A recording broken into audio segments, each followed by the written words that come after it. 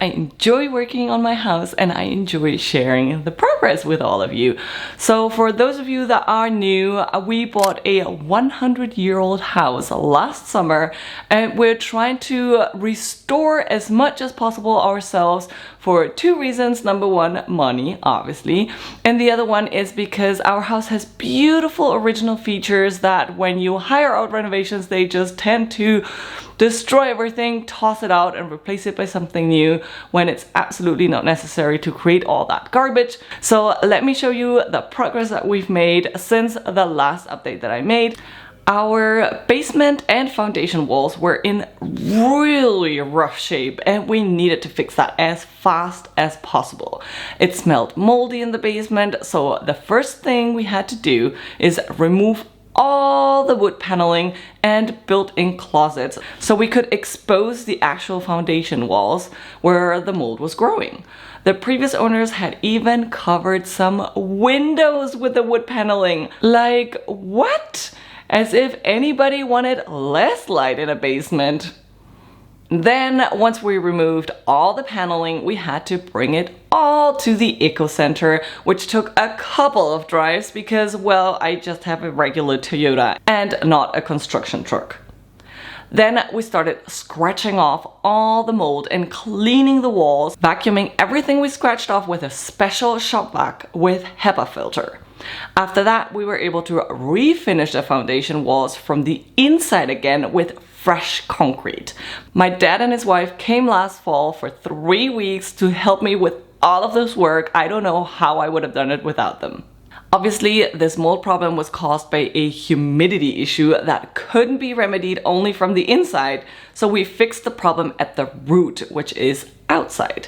We hired a company that dug all around our house, all around the foundation, both with a digger and by hand at some spots where it was necessary. I mean, that requires real muscle.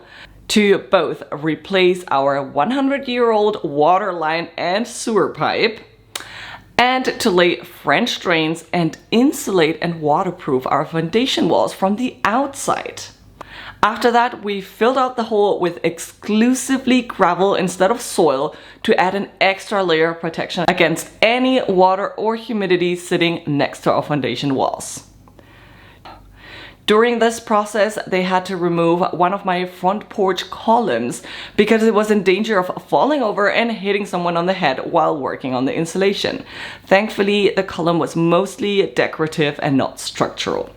Now, all of this happened in the fall. We did not work any further on the walls. We are waiting a full year to finish the basement because we want to observe the humidity and temperature in the basement throughout the 4 seasons. So we can decide what is the best finishing for those walls, if we need a vapor barrier or if we can just put up sheetrock if it's dry enough. So far it looks like it's going to be dry enough to just put up sheetrock and make it really, really pretty down there. With the winter and heavy snow we get in Montreal, our front lawn sunk in a lot after the digging work. When the company we hired changed the water line and sewer pipe, they obviously filled up everything at the front with soil so I could grow something in the future. But the soil compacts over time, of course, and it compacted a lot. Our neighbor's lawn looked pretty beaten up as well because of the work that had been done for my French drains. So this spring we ordered 5 cubic yards of heavy sandy topsoil to level out all the holes in the front lawn and my neighbor's lawn. Let's just say I made a lot of muscle during the process and was able to save a year's worth of gym membership. Once all of the topsoil was in, we had to get a bit of a better soil with more nutrients so the grass would grow on top. That stuff is obviously more expensive, so that's why we're not using it to level out the holes, we're just spreading it on top.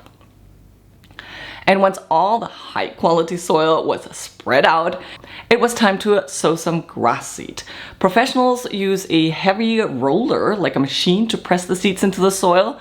So I tried to simulate that with pieces of plywood and using my body weight and stamping on them to press in the seeds. It looked pretty funny once I was finished, but I can now tell you that it worked because the first seeds have started to sprout and I have patches of fine grass here and there.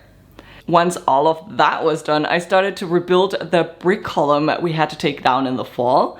It's not structural for my front porch or balcony on top, but it was holding in place the little roof around the balcony. So I really have to do something there until I can afford to hire professionals to completely redo my balcony and front porch in the future.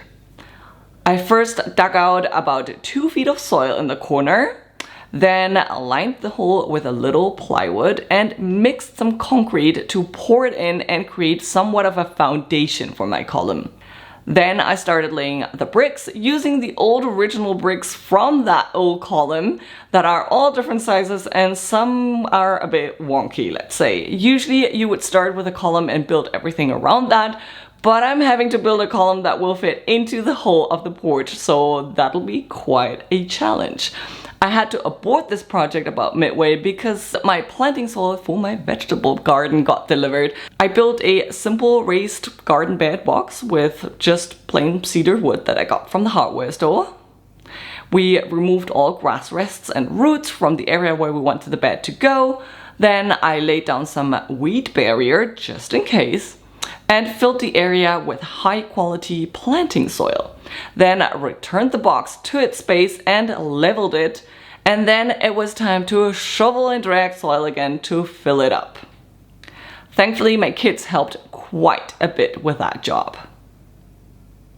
I planted all kinds of vegetables, but because I don't even know what I'm doing, I wouldn't be surprised if I end up growing nothing. Once all of the raised garden bed was done, we continued with a backyard so we could enjoy it this summer. The French drain work obviously also destroyed my backyard, not just the front yard and my neighbor's yard. So we had to somewhat clean up the leftover gravel, then lay like a barrier that I found at the garden center, and then I filled the massive holes in the ground again with a sandy topsoil first, and then more fertile planting soil on top later. It's looking pretty amazing now, if you ask me. Now it's time to be patient and wait for the grass to grow, which in my opinion is the hardest part of everything.